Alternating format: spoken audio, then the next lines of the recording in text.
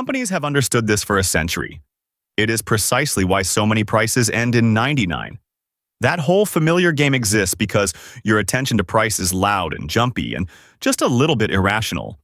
Now put the two things together. Your attention to price is a twitchy guard dog that overreacts to the leftmost digit. Your attention to quantity is basically asleep in the corner. So a firm facing higher costs is really just choosing between two doors. Behind one door is the twitchy dog, the price, and it barks the instant you nudge it. Behind the other door is the sleeping one, the quantity, and it won't so much as stir if you slip 5 chips out of the bag. Put it that way, and the surprise isn't that shrinkflation happens. The surprise is that any company ever raises a sticker price at all. Every single time one of them does raise the number instead of shrinking the bag, they are choosing on purpose to go wake the dog. Which brings us to the argument everybody had during the inflation years from about 2021 through 2024, and it's worth being careful here because it's genuinely contested. The polite story is simple. Costs rose, so companies shrank packages to survive. Costs went up, products went down, everybody's just staying afloat.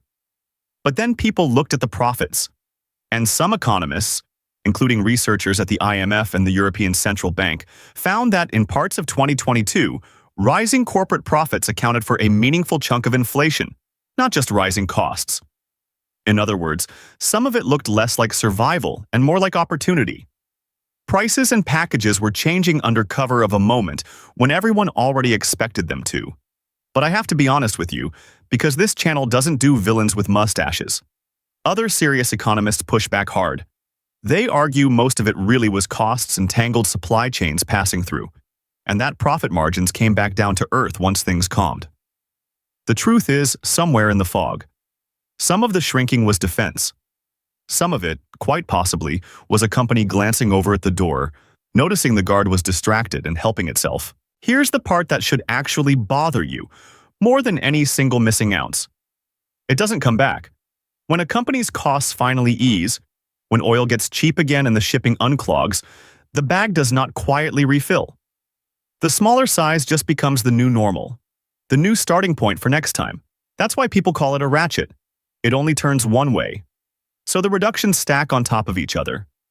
A little off in 2022, a little more skimped in 2023, another quiet tweak the year after, and every one of them is measured against the shrunken version right before it, never against the generous bag you actually remember from years ago. Your memory reset a little each time, right along with the package.